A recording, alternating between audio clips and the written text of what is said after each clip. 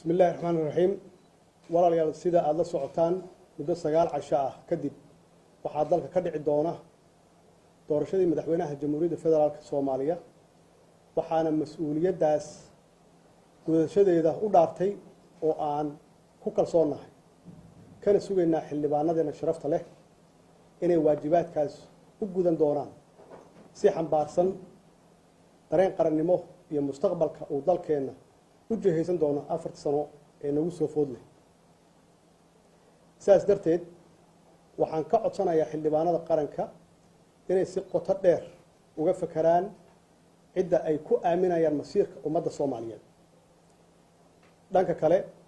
waxaan fursadan uga faa'iideysanayaa inaan ugu baaqo kana codsado madaxda dawlad goboleedyada inay dhexdhexaad ka noqdaan doorashada madaxtinimo ee nagu soo food leh ayna xoogga saaraan wax ka qabashada dhibaatooyinka maamuleed iyo nololeed ee ka jira deegaanadaas qaarkood waxaa nasiib darro ah inay qaar ka mid ah madaxda dawlad goboleedyadu ay isku dayayaan inay shacabka Soomaaliyeed ku qasbaan hogaamiye ku fashilmay hogaankii iyo mas'uuliyaddii dalka oon ognahay meesha uu dalka dhigay 4 sano ee la soo dhaafay hadday ahaan lahayd dhanka amniga dhaqaalaha dib u heshiisiinta iyo maamul wanaagga sidaas si lamid ah